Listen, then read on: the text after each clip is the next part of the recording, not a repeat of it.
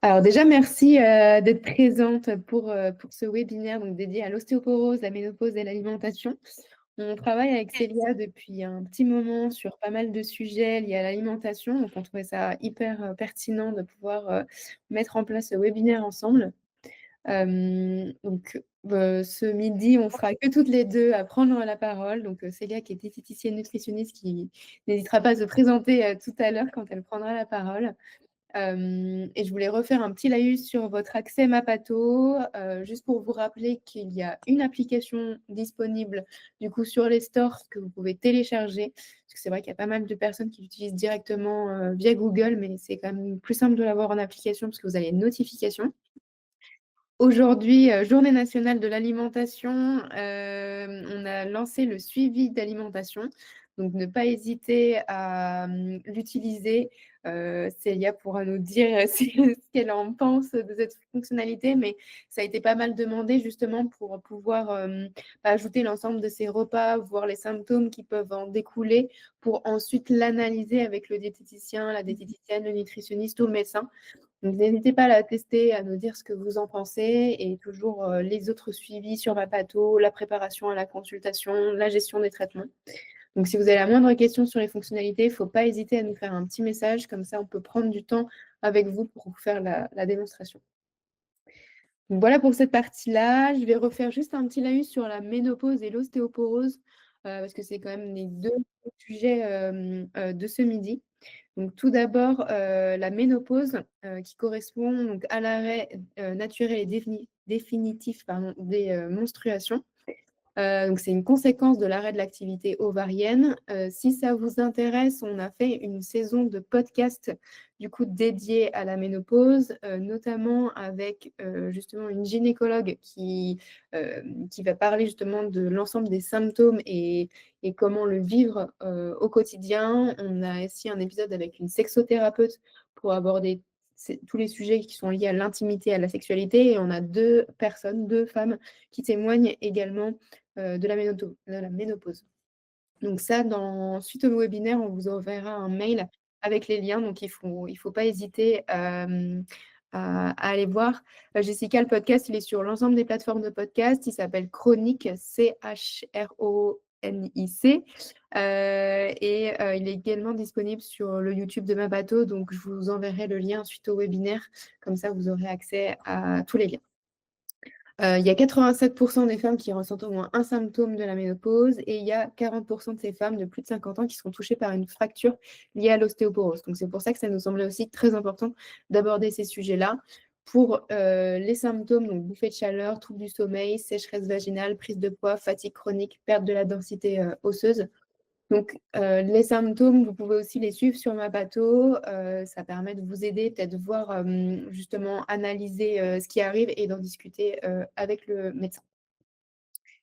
Donc, ensuite, sur la partie ostéoporose, donc c'est une maladie du squelette caractérisée par une diminution de la densité osseuse et des altérations de l'organisation de l'os. Donc, il y a 65 ans, c'est l'âge moyen de l'apparition de la maladie, ce qui aussi intervient du coup en parallèle de la ménopause. Et donc, les femmes sont touchées 2 à 3 fois plus fréquemment. Donc, c'est pour ça que c'est intéressant de faire un focus sur ce sujet. On sait qu'avec l'alimentation, avec l'activité physique, il y a des sujets parallèles. Donc, c'est Célia qui va vous en parler ce midi. Voilà, je lui laisse la parole. Eh bien, écoutez, merci à toutes d'être là aujourd'hui. Merci Lorraine pour la présentation. Moi, du coup, c'est Célia, je suis diététicienne nutritionniste et effectivement, je bosse avec ma poteau depuis quelques temps maintenant, avec quelques projets qu'on a pu mettre en commun. Donc, on se retrouve aujourd'hui pour parler ménopause, ostéoporose liée justement à l'alimentation. Aujourd'hui, pour refaire un petit récap, l'ostéoporose, qu'est-ce que c'est? Donc c'est effectivement une maladie qui rend les os plus fragiles et on est donc sujette, au moment de la ménopause, à, des fractures. C'est un sujet pour le coup qui concerne beaucoup les femmes après la ménopause, mais par contre, ce qui, est une bonne nouvelle et ce sur quoi on peut agir, c'est, la prévention avec justement, une alimentation qui va être adaptée, une activité physique régulière et des bonnes habitudes, au quotidien qu'on va pouvoir mettre en place, puisqu'aujourd'hui, on va avoir un petit peu, l'ensemble, des possibilités qu'il y a, notamment au niveau de l'alimentation, pour protéger, notre capital, osseux. Alors, qu'est-ce qui va se passer au moment de la ménopause? Quels sont les mécanismes et les facteurs de risque qu'on va pouvoir retrouver? Donc, avant la ménopause, effectivement, il y a les hormones féminines, notamment les œstrogènes, qui aident à maintenir les os, solides. À la ménopause, en fait, ces hormones, elles vont chuter, brutalement et malheureusement, sans elles, les cellules qui, participent à la reconstruction et à la déconstruction des os, donc tout le mécanisme, voilà, de remise en place et de réparation, au quotidien va, diminuer. C'est les cellules, en fait, qui détruisent, l'os, qu'on appelle les ostéoclastes, qui deviennent plus actives, alors que celles qui reconstruisent, les ostéoblastes, ralentissent. Le résultat, c'est quoi? C'est que la perte osseuse va s'accélérer. Selon la Haute Autorité de Santé, aujourd'hui, cette perte, elle peut atteindre 5 à 15 de la densité osseuse dans les 5 premières années. Donc là, pour le coup, c'est pourquoi, on va insister et pourquoi c'est essentiel, en fait, d'agir dès le début de la ménopause, voire même avant, pour avoir un petit peu ce système de prévention. Donc au niveau des facteurs qui vont augmenter, cette ostéoporose, forcément, on a l'âge, le sexe féminin, la ménopause, le manque d'activité physique. En ce qui concerne l'alimentation, ça va être un apport insuffisant donc dans tout ce qui est calcium, vitamine D. Tout ce qui va être consommation en excès de tabac, alcool, café, tout ce qui est régime restrictif, et certains, traitements, médicamenteux. Hop, on peut passer à la suite. Est-ce que ça veut bien? Ouais, c'est bon. Super. Donc, en ce qui concerne les piliers de la prévention, alors il faut savoir déjà que l'alimentation, elle va jouer un rôle majeur dans la prévention de l'ostéoporose. Elle va permettre en fait de préserver cette masse osseuse, de limiter le risque de fracture et justement d'entretenir cette force musculaire qui va aussi protéger les os. Donc, on va voir un petit peu les grands piliers de la prévention nutritionnelle selon les recommandations françaises et les autorités, donc notamment le calcium, la vitamine D, les protéines, les nutriments protecteurs et aussi tout ce qui est comportement à limiter.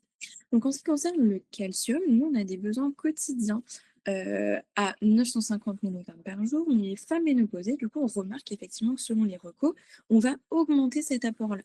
Donc là, on en vient à différentes sources alimentaires, notamment les produits laitiers avec le lait, les yaourts, les fromages, tout ce qui est kéfir, etc. Donc là, pour le coup, on va atteindre à peu près 3 à 4 produits laitiers par jour. On va aussi recommander tout ce qui est eau riche en calcium et par contraste Courmayeur. Le tout, c'est vraiment de varier au quotidien pour ne pas toujours avoir les mêmes apports en minéraux.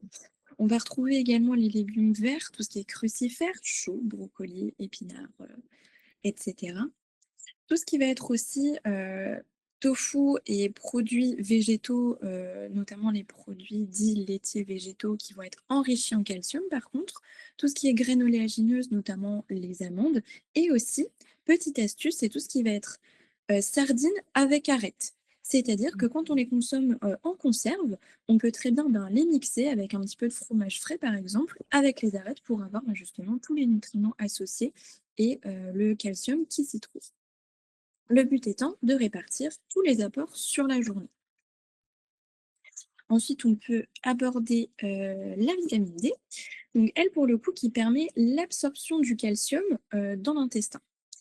Là, on va veiller à des apports suffisants toute l'année, surtout après 50 ans, donc comme le précise la Haute Autorité de Santé.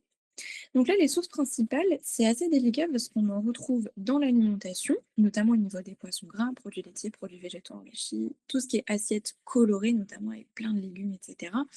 Mais c'est surtout l'exposition au soleil à hauteur de 15 à 20 minutes par jour qui va activer la vitamine D et permettre justement la fixation du calcium sur les os. Petite précision, effectivement, puisqu'on va s'exposer le plus possible selon les saisons, mais attention aux heures d'exposition, effectivement, pour ne pas abîmer les cellules de la peau et de prendre des risques associés à l'exposition au soleil.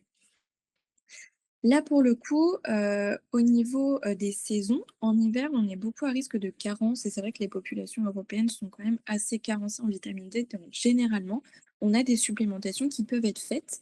Moi, je vous conseille d'en parler avec votre médecin, pour justement, avoir, des prescriptions, par rapport à ça.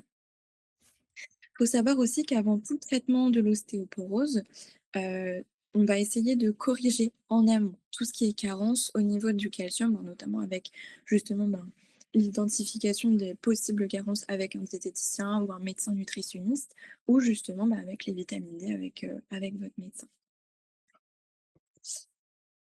Les protéines, là pour le coup, elles servent en fait de trame à l'os, donc tout ce qui est constitution, mais surtout à la masse musculaire qui va maintenir les os, et permettre du coup de limiter justement ce risque de fracture. Là pour le coup, les besoins d'une alimentation, on est à 1 voire 1,2 g par kilo de poids de corps par jour. Justement, pour une alimentation qui sera, équilibrée. Là, en général, on est vraiment sur un régime alimentaire qui est correct. Les sources qu'on va pouvoir retrouver, donc évidemment, on retrouve les viandes, les poissons, les œufs, les produits laitiers aussi, mais sans oublier, bien sûr, les sources végétales, puisqu'aujourd'hui, on essaye aussi d'insister un petit peu sur la variété des protéines qu'on va pouvoir consommer au quotidien, notamment avec les légumineuses, les lentilles, les pois chiches, les pois cassés, les haricots rouges, blancs, et cetera. Tout ce qui va être aussi produit à base de soja, tofu, tempeh, seitan, quinoa. Pour tout ce qui est produit à base de soja, effectivement, là, pour le coup, on va quand même essayer de voir au niveau de la consommation, demander conseil à votre médecin, diététicien nutritionniste, puisque parfois, quand on a des antécédents de cancers hormonodépendants, Mmh. la consommation va pouvoir aussi varier à propos de ça. L'astuce, donc, c'est vraiment de prévoir une source de protéines à chaque repas. En général, on est aux alentours de 100 grammes, donc ça représente un morceau, un filet de poulet, un steak haché, 2 œufs, et cetera. Et pour le coup, pour l'astuce végétale, on va faire ce qui s'appelle la complémentarité protéique. Donc pour que, les protéines soient assimilables, comme à la hauteur d'une protéine animale, on va associer la légumineuse, donc lentilles, pois chiches, et cetera, à une source céréalière. Dans les duos qu'on retrouve assez fréquemment, ça va être lentilles plus riz et semoule plus pois chiches, par Mmh. exemple, avec un ou alors le chili con carne, par exemple, ou chili sin Mmh. carne, justement, avec ce riz et ces haricots rouges. Le couscous, par exemple, avec les pois chiches et la semoule, et cetera.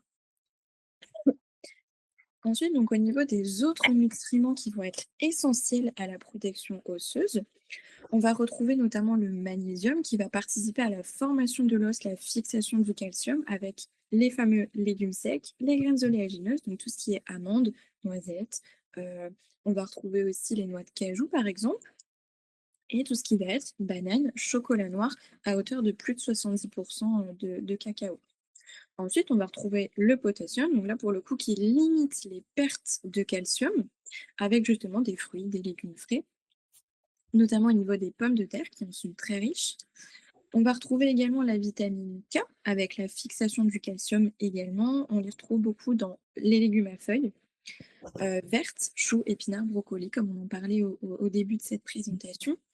On va retrouver aussi le zinc, le cuivre, avec la formation du collagène qui va permettre aussi justement cette santé au niveau des articulations, qui va aussi prévenir la dégradation osseuse, avec justement des fruits de mer et notamment les noix, graines oléagineuses, encore une fois. Donc là, on va retrouver beaucoup au niveau des noix du Brésil, par exemple. Ouais.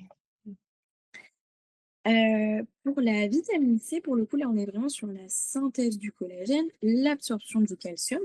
Et là, on va la retrouver beaucoup dans tout ce qui est fruits et légumes de préférence crus, notamment avec le kiwi. Je crois que la goyave aussi en contient énormément, tout ce qui est fruits rouges et baies, les agrumes et effectivement donc, tout ce qui est fruits et légumes avariés au maximum.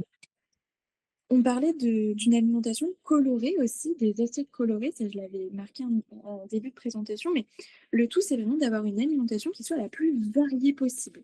Plus on va varier, plus ça va être coloré, plus on va protéger nos os et finalement protéger notre santé au quotidien. Ce qu'on va vouloir éviter pour le coup, donc Effectivement, on parle d'évitement à limiter. Bien sûr, on essaye seulement de consommer ces aliments avec parcimonie. Il n'y a pas d'interdiction. Moi, je suis aussi pour une alimentation qui soit la plus variée possible. Donc, on fait en fonction des habitudes de son patient. Effectivement, ce qu'on essaye donc d'éviter, ça va être certains comportements donc, qui vont favoriser la perte du calcium et justement ben, ralentir cette reconstruction osseuse qui a déjà perdu de sa fonctionnalité. Donc on va essayer de consommer le sel avec parcimonie, le sel de table bien sûr, puisqu'en fait il va favoriser la perte urinaire du calcium et ce qu'on va pouvoir ben, éviter au maximum, ça va être les plats préparés, les charcuteries, les fromages un peu trop salés, etc. La caféine avec justement ben, ce taux de café qui va être trop important, qui va réduire l'absorption du calcium et on va limiter ses apports à 2 à 3 tasses par jour. L'alcool, pour le coup, ça va perturber un petit peu ce métabolisme osseux. On parlait de la reconstruction, dégradation, etc. pour avoir une meilleure santé osseuse. Là, la modération d'alcool est essentielle.